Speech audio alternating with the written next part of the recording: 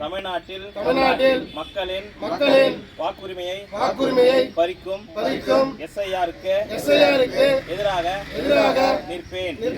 தமிழ்நாட்டை தலைகுனிய விடமாட்டேன் என உறுதியேற்கிறேன்.